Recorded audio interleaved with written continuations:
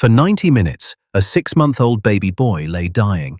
For 90 agonizing minutes, the man who had just inflicted catastrophic, fatal injuries on this defenseless child didn't call for an ambulance. Instead, he called his mother. He scrolled through Facebook. He shopped for clothes online and researched holidays. This isn't just a story of a monstrous act that cut a young life short. It's a story of a chilling cover-up, a web of lies spun to protect a killer, and the 2-year battle to find justice for a baby named Archie. On February 9, 2024, in the quiet English town of Houghton Regis, a normal afternoon turned into a nightmare. It was a tragedy that would shatter a family and send shockwaves through the community. The victim was Archie Woodbridge, a baby boy just 6 months old. The man responsible? 33-year-old Kieran Humphreys, the brand new boyfriend of Archie's mum.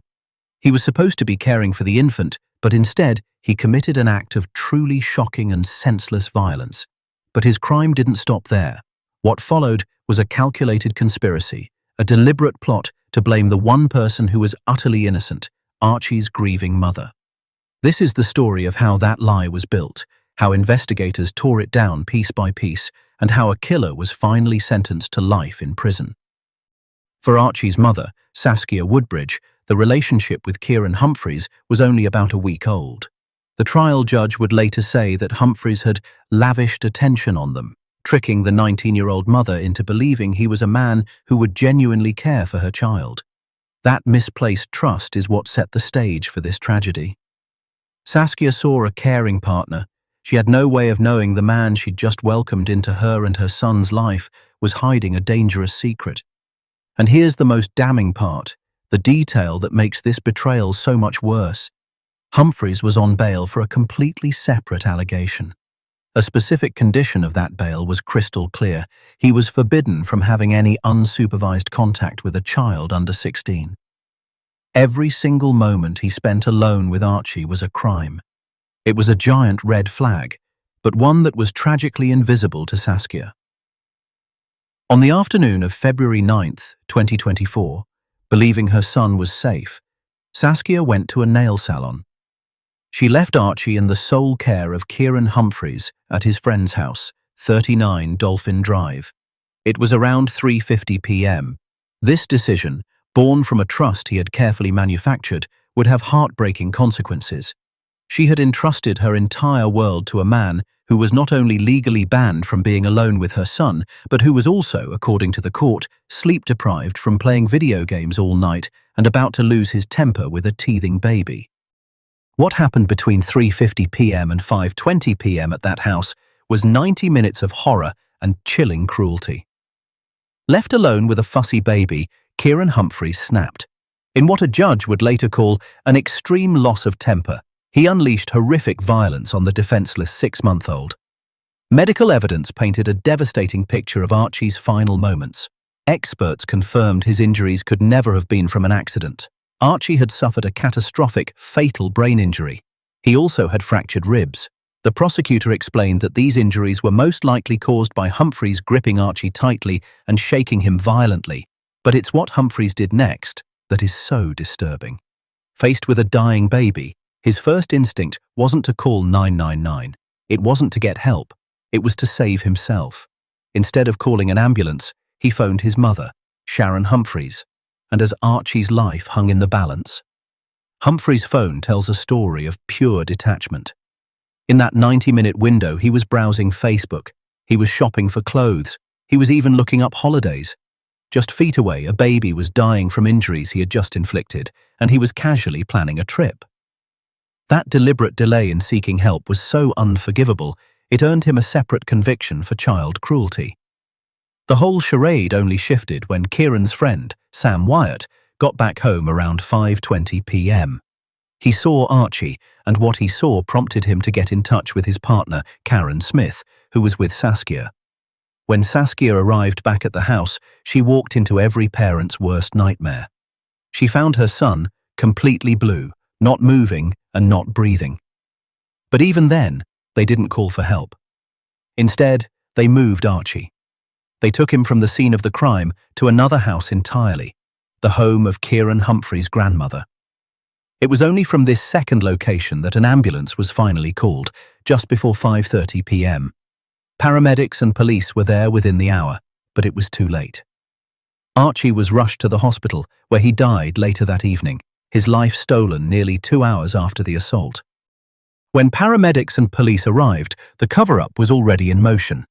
Led by Kieran Humphreys, the group, his mother Sharon, and his friends Karen Smith and Sam Wyatt, presented a united front, armed with a complete fabrication. The following bodycam footage was captured on the evening of the incident and shows Kieran Humphreys lying to police officers about the circumstances that led to the death of 6-month-old Archie Woodbridge.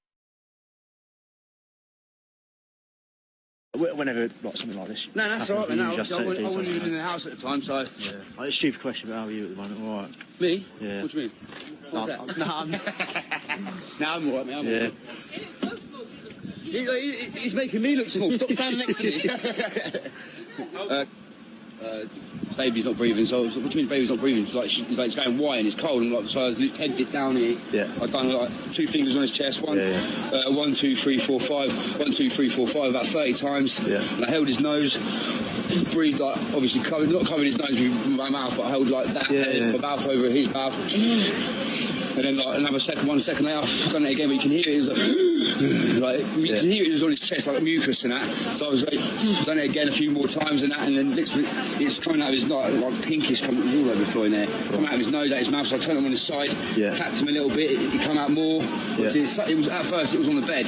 We done it on the bed, then obviously they asked us on the phone, put him on the floor. So we put him on the floor. I had my hand underneath his neck, so his head's like sort of like that. Yeah. And then obviously she said do pump like 30 times, but each time it's like 1 to 5 each time. So I'd done that. Yeah. And obviously that's when it all come out. Their story was designed to do 2 things: protect the killer and frame the mother. Humphreys brazenly lied right to the faces of the first responders. He claimed Archie had suddenly gotten sick while with his mom Saskia at the other address. He even insisted he wasn't there when the baby became unwell. This was the core of their conspiracy: change the location, change the time, and cruelly shift all the blame onto the distraught mother who had just lost her child. All 3 of them repeated this lie to police. Sam Wyatt even gave a formal witness statement that was pure fiction, leaving out the part where he saw the injured Archie at his own house. They all consciously tried to frame a grieving mother for the murder of her own son. As one detective later said, their actions were utterly callous and compounded the family's grief. For almost 2 years, they stuck to their story, but investigators from the Major Crime Unit began to pick it apart. The conspiracy was a house of cards, and it was about to collapse under the weight of the evidence. Digital forensics was the weapon that brought them down. The data from their phones and their online activity completely contradicted their story. How could Humphreys explain browsing for holidays while Archie was supposedly falling ill? He couldn't. Then came the medical evidence. A team of experts was unanimous. Archie's fatal injuries were the result of a violent, non-accidental shaking. Science proved he hadn't just fallen ill, he had been brutally assaulted. Faced with an overwhelming mountain of evidence, the conspiracy crumbled. Before the trial even started, Kieran Humphreys, his mother Sharon, Karen Smith, and Sam Wyatt all pleaded guilty to conspiracy to pervert the course of justice. They admitted they had lied. The web of deceit they had so carefully woven had completely unraveled. While he admitted to the cover-up, Kieran Humphreys refused to admit to the murder itself. He pleaded not guilty, forcing Archie's family to endure the agony of a full 3-week trial at Luton Crown Court in late 2025. The prosecution laid out the case with chilling precision. They walked the jury through the timeline, the 90-minute delay, and the callous online shopping that happened while Archie lay dying. They brought in the medical experts who described in heartbreaking detail how Archie's injuries were the unmistakable result of a violent shaking. This evidence destroyed any claim that it was an accident or a sudden illness. The prosecution argued that Humphrey's actions after the attack weren't those of a panicked man, but of a guilty one trying to save his own skin. His first call wasn't to 999, it was to his mother to start the cover-up. And then there was the detail that cast his actions in an even more sinister light: his bail conditions. The jury was told that he was legally forbidden from being alone with any child. This wasn't just a lapse in judgment, it was a flagrant violation of a court order meant to protect children. After 3 weeks of testimony, the jury returned its verdict. They found Kieran Humphreys guilty of murder and guilty of child cruelty for the sickening delay in getting help. In a tribute released after the verdict, Archie's mother said, "Archie came into this world 2 months early. He fought hard for his life in his first few weeks. Kieran claimed to love Archie, but his actions were the opposite. Kieran ripped Archie from this world in an evilness that is unmatched. Kieran has taken away the most precious thing in my world." On January the 28th, 2026, Kieran Humphreys and his 3 co-conspirators stood in court to finally face the consequences. The day of reckoning had arrived. For the murder of 6-month-old Archie Woodbridge, 33-year-old Kieran Humphreys was sentenced to life in prison.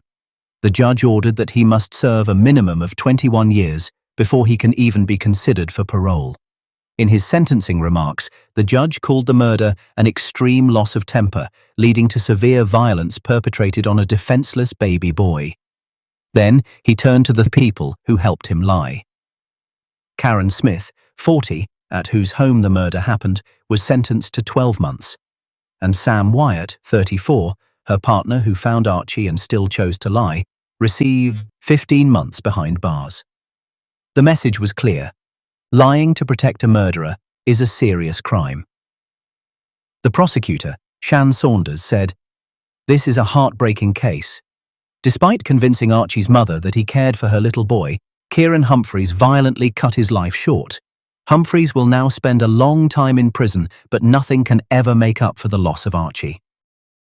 The story of Archie Woodbridge shows how a single moment of rage can extinguish a life, and how that poison can spread, turning friends and family into liars.